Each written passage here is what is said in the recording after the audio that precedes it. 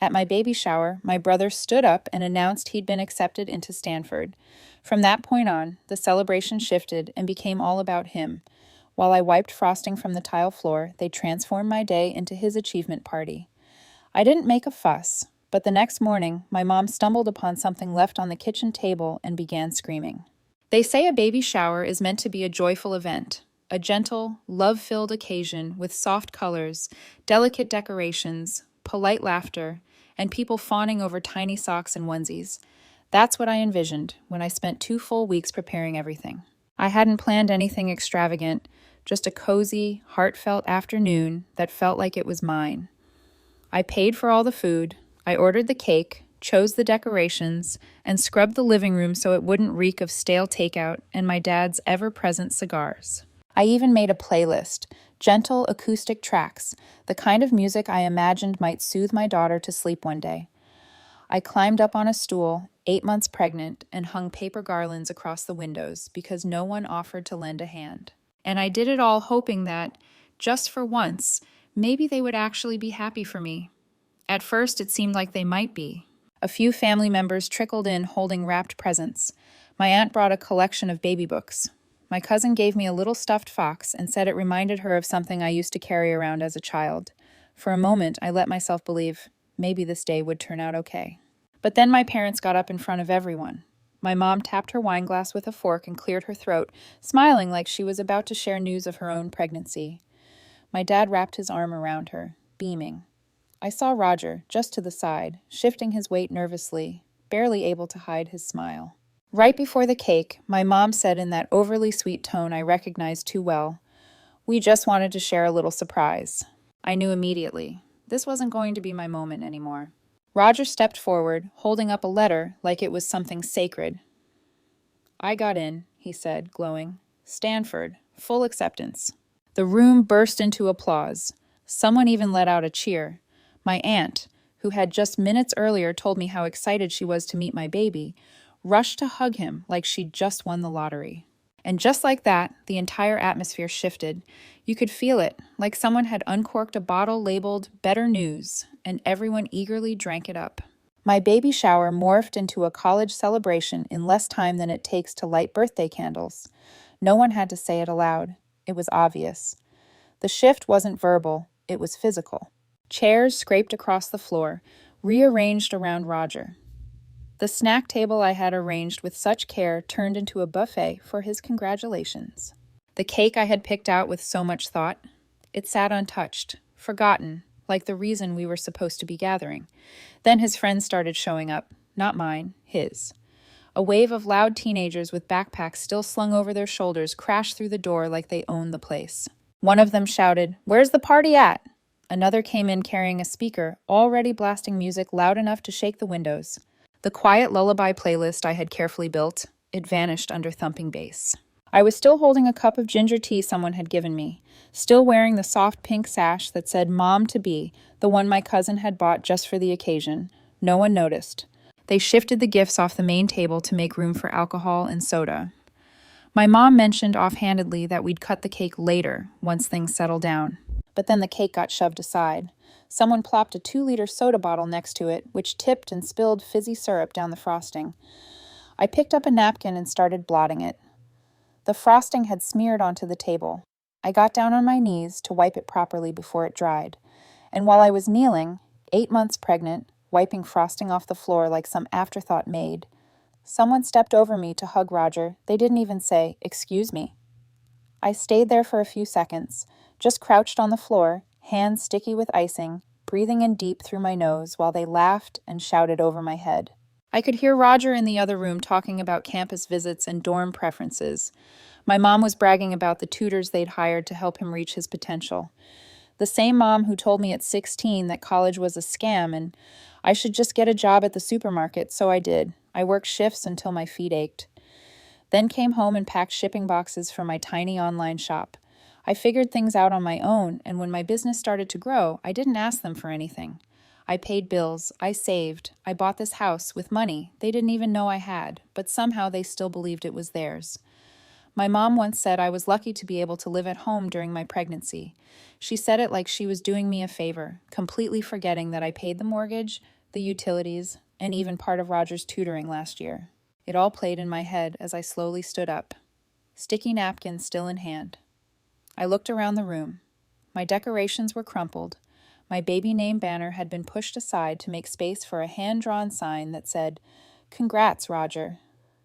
I didn't cry. I didn't yell.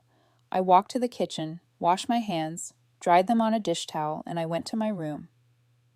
I closed the door, sat on the bed. My back ached. My feet were swollen, but my head was clear down the hall. The music thumped like a pulse that didn't belong to me. I picked up my phone, opened a folder I'd been quietly building for weeks. I didn't argue, but I also didn't forget I used to think things were equal when we were little, that we were just two kids in the same storm trying to stay dry under the same leaking roof. But when I look back now, really look, I can see the way the scales were always tipped. Even in the small things, when I was 6 and Roger was 4, he threw my favorite doll in the fireplace. I cried for an hour. My mom told me it was my fault for leaving it where he could reach it, when I said that wasn't fair. She sent me to my room for talking back. Roger got dessert that night. I didn't. In 3rd grade, I won 2nd place in the spelling bee. I came home beaming, holding the ribbon like it was made of gold. My dad glanced at it and said, "Just 2nd. Maybe next year." When Roger won a participation medal in a soccer tournament, they threw him a pizza party when I got a B on a math test in 8th grade. My dad said, "Well, at least you're trying." When Roger got the same grade a year later, he got a tutor and a full lecture about unlocking his brilliance. I was expected to help around the house because I was more mature. I did dishes while Roger played video games. I cleaned while he got praised for remembering to take out the trash once a week. I was told to be patient, to be grateful, to set an example. The older I got, the more invisible I became. When I was 16 and said I wanted to go to college, my mom laughed. "College for what? So you can waste 4 years and come out in debt?" "Oh, honey, you're better off getting a job and saving up." So I did. I applied to everything: grocery stores, retail, warehouses. I got hired at a discount clothing store and worked the floor during Black Friday while Roger was still in middle school. By the time he was 16, he had a brand new laptop, 3 private tutors, and a college prep coach. My parents took out a small loan to cover it. They called it an investment. They never asked me if I needed help with anything. I remember once at 17, I got into a minor car accident on the way to work. I wasn't hurt, just shaken. I called my mom from the side of the road. She sighed and said, "You should have been more careful," then hung up 2 years later. Roger dented his fender in a parking lot, and my dad left work early to go comfort him. He told everyone at dinner that night how grown-up Roger had been for us. Calling him at 19.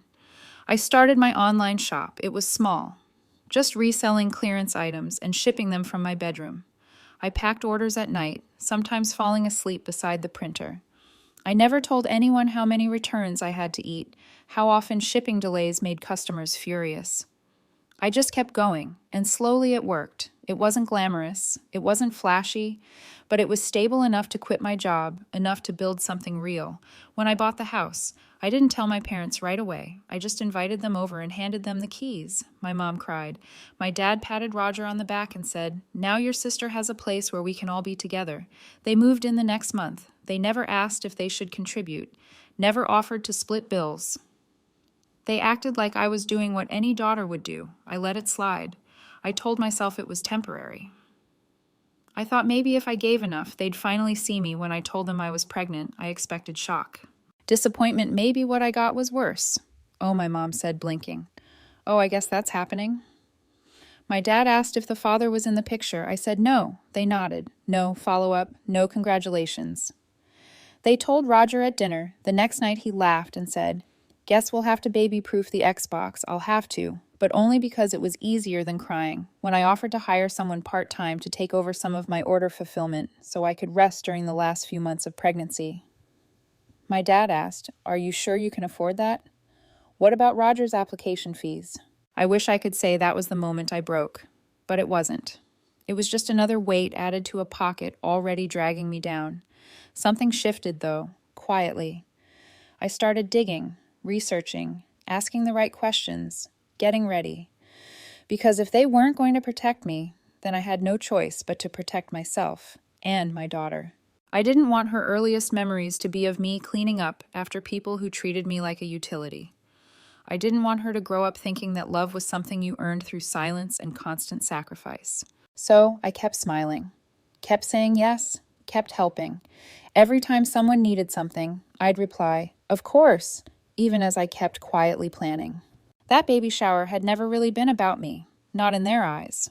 To them, it was just another excuse to host, to gather, to flaunt their version of family. But it also became the last time I would allow them to take over like that. They just didn't know it yet. The house was silent, but not the peaceful kind. It was the sort of stillness that hangs heavy, like the split second before a scream, like a breath being held too long.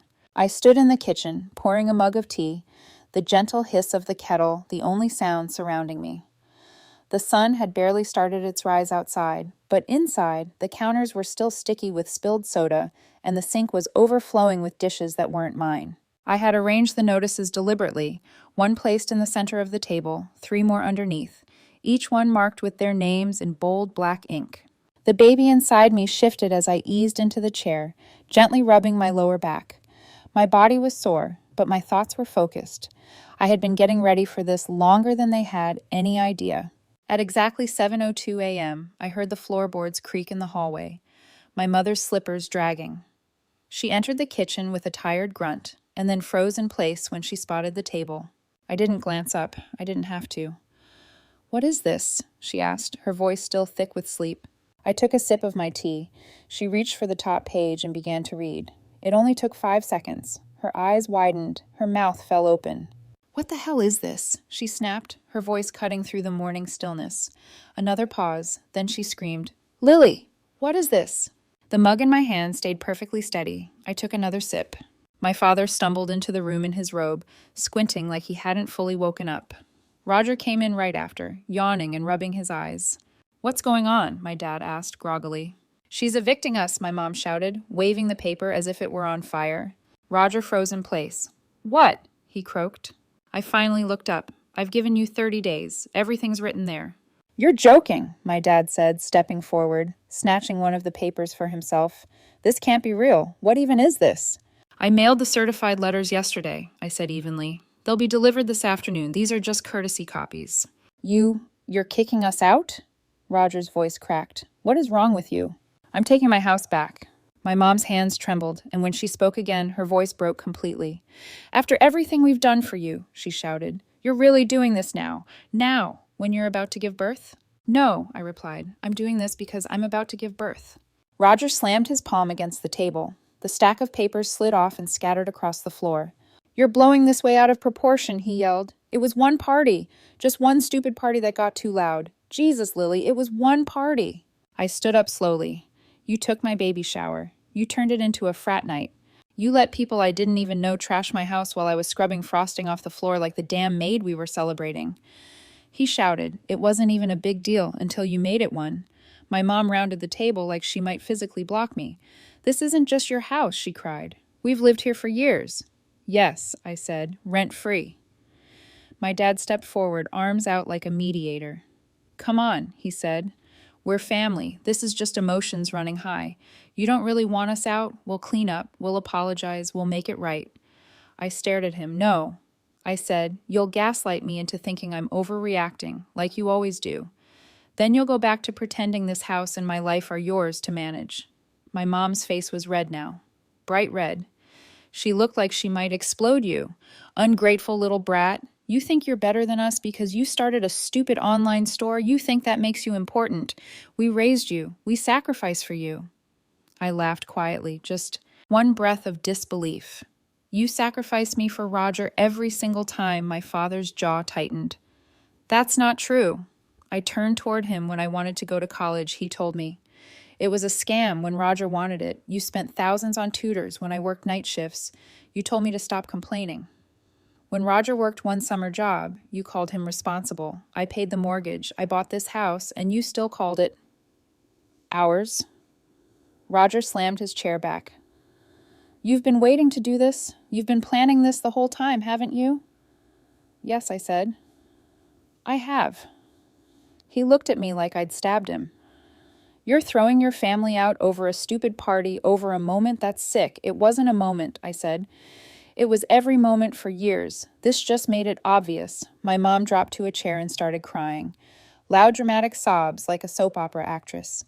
How are we going to live? Where are we supposed to go? What will people think? That's not my problem anymore. I said we won't. Leave, she snapped suddenly. Her eyes wild. You can't make us leave. You can't just throw your own parents onto the street. I can, I said, and I have. She looked down at the paper still in her hand. Her lips moved as she read the words again like they might change. This isn't legal, she whispered. I reached into the drawer and pulled out a folder. Inside were copies of the deed, the notice, the certified mail receipts. I laid them gently on the table. It is, I said. I made sure Roger grabbed the folder and flung it across the room. Papers scattered like snow. You're heartless, he said. No, I said. I'm finally protecting mine. The silence returned. Not the uneasy kind from earlier. This one was heavy. I stood there surrounded by the mess they made, and for the first time in years, it wasn't mine to clean up. I want you all out by the end of the month, I said. I've arranged for a friend to help you pack if you need it. You're not serious, my father said. You'll change your mind. I looked him, dead in the eyes. No, I said I won't. Then I turned and walked back to my room, past the torn-up streamers, the wilting balloons, and the torn edges of the banner that had once spelled my daughter's name. They had erased me, but I was done being invisible. The first 3 days were oddly quiet, too quiet. I half expected more shouting, more door slamming. But instead, the house settled into a strange limbo, where no one looked at me, and I didn't try to be seen. They moved like ghosts. Roger stopped blaring music from his room. My mother stopped pretending to clean the kitchen. She never actually cleaned. My father sat on the porch for hours, holding the same cup of coffee, barely touched. But I knew the silence wouldn't last. On the 4th day, the calls began. Started with Aunt Rachel, then Uncle Ted, then my mom's friend from church, who hadn't spoken to me in 3 years, suddenly texted, "We're really concerned about you, sweetie, concerned." Right?